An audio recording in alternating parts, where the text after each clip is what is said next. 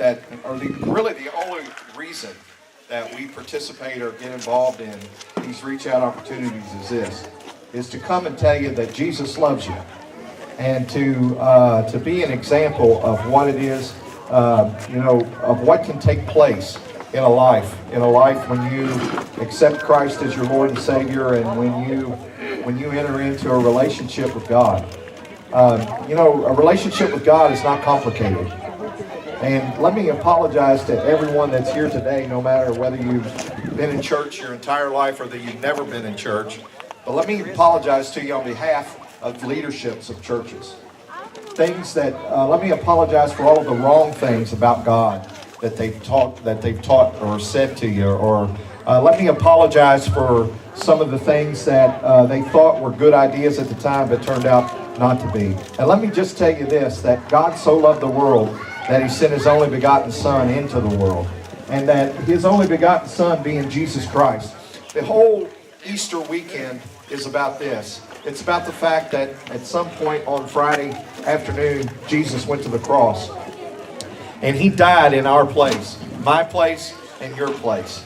And the blood that he shed on that cross, sometimes it's hard to understand, but that blood that he shed there that day is the offering. It's the sacrifice that turns away the wrath of God that each of us owe. And they took him down off that cross and they buried him. And religion, evil, everything, everybody that was there thought Jesus was finished. They thought that whole thing, his whole ministry for the three and a half years that he had walked on the earth, that it was all for naught. And they buried him. And for a couple of days there, it looked like maybe that was true on the outside. But on that third day, the Bible teaches us this, and it's been confirmed to me by my experience with God, that God raised Jesus from the grave.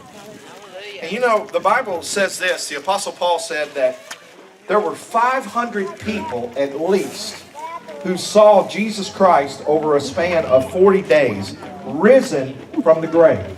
This was a man who was undeniably dead, okay?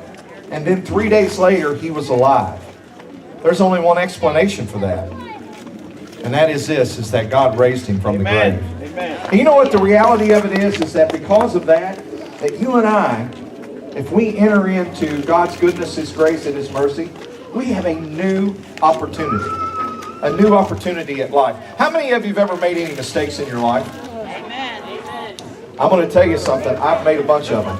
Do you know more than it's been over 10 years ago, but I had a drug problem, and it had started simple enough. I just started recreationally using them, but before you knew it, my whole life was spinning out of control.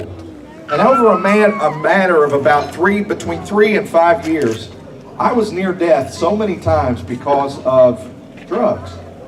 And it crippled me to the point where I could not be the husband that I was supposed to be. It crippled me to the point where I couldn't be the father that I was supposed to be. And at some point, I got to my lowest place. You know what it's like to be low? To just be so low, you just don't feel like there is any hope. I know what it's like to be in a position to be hopeless. And it doesn't matter whether it's drugs, it doesn't matter whether it's alcohol, it doesn't matter whether it's a sickness. It just doesn't matter. There's a place that we get in life where sometimes we feel hopeless.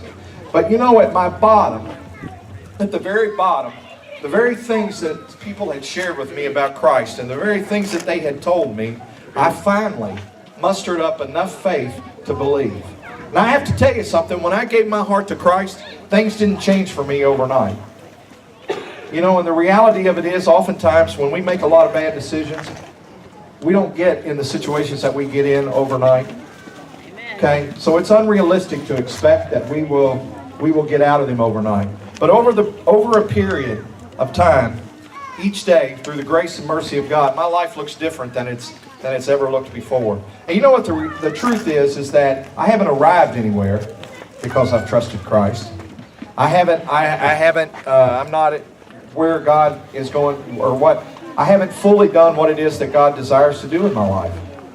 And I know this, that I'm on the right path. And you know what? the truth is that God desires, there's a place and a purpose and a path that God desires for each of us to be on. And as we continue throughout this day, I want you to think, am I on that path? You know, the kids are here today, and they're going to see a great presentation of Easter, what took place with the cross, and they're going to learn about Jesus raising from the grave. But I want you to understand, as some of us here, we've heard this message many times. But my question today for us to think about over the next hour or so is, what have I done with the information that's been given to me? Have I ever made a decision? Have I ever made truly a decision to allow God, to allow Jesus to take up residence in my heart? Have I ever made that decision to turn my life over to Him and trust Him and enter into a relationship with Him? You know, you're the only one that can answer that question. I can't answer it for you. I can want you to be in a relationship with Christ. I can pray for you to be in a relationship with Christ, but I can't make that decision for you.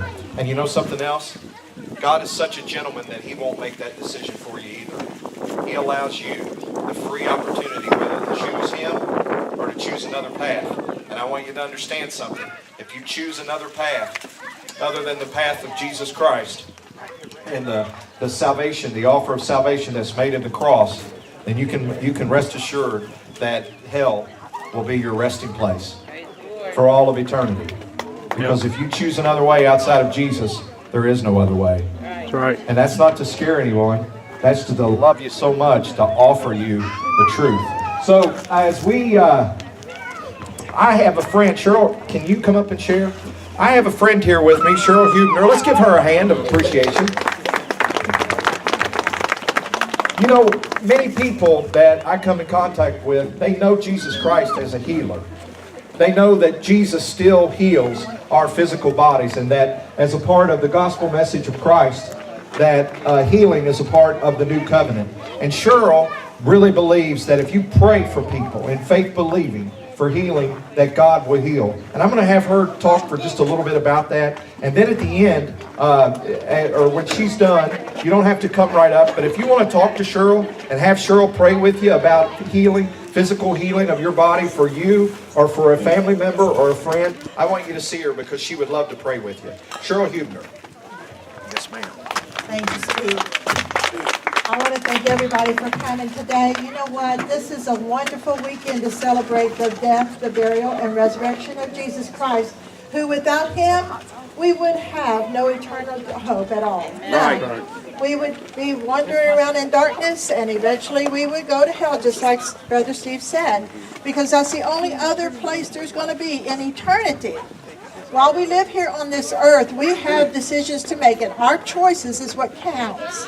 But I'm here to tell you we serve a great and awesome God. And He not only died for us for our sins to be forgiven, but on that cross at the same time, the same day that it happened, He died for our healing, our restoration. He died for our any financial, social, anything that is needed in this life. He accomplished that when He died and raised again and sitting at the right hand of the Father to carry it out while we are here on this earth. So you don't have to wait for anything from God as long as you do one thing: believe. Believe. Amen. Hallelujah. If you have faith as a grain of mustard seed, He says, and you believe when you pray that what you pray for you will receive, you will have it.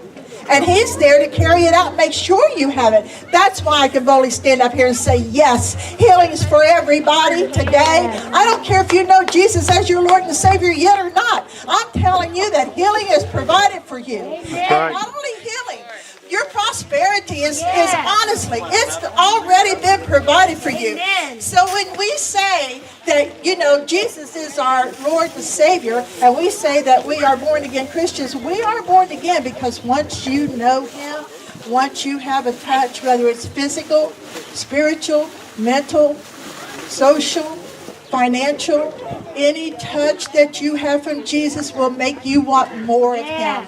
I don't care who you are, what age you are, how low you are, how high you are, if you think you know it all, if you don't think you know nothing, no matter what state you're in, I'm telling you that anything you believe for from my Jesus, he'll do it. Amen. And I am convinced today, I've lived it. I've lived it for 80 years. I was raised poor, and I did not, I was raised in church, but I did not know Lord. I did not know him. All I knew was church. But when I got born again in 1980, when I gave my life to God after going out there and doing everything I could do, I got real.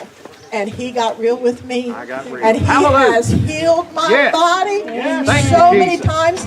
I'm telling you, I'm an old woman now, and I can tell you for sure that my God delivers me out of everything. I don't care what it is, whether it's sickness, disease, whether it's financial, anything. I know that as long as I believe in his word, and I believe that I'm going to have whatever I asked him, as long as it's in line with his word, I'm going to get it because I believe in him. Amen. So I'm here today to just encourage you all.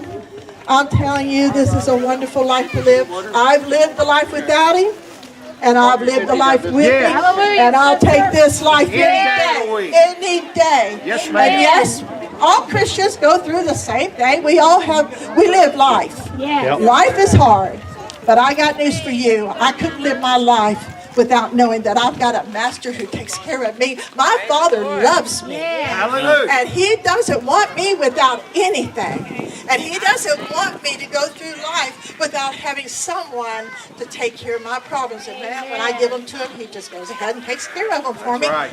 And you know, it may take a little time sometimes, but never give up on Jesus because he's there. And he loves every single one of you. He died for you before you ever were. Because he died 2,000 years ago. But he had you in his heart when he died. Preach it, sister. And that is exactly why I can stand here and boldly proclaim, Jesus is Lord. Hallelujah. Praise the Lord. Thank you all so much.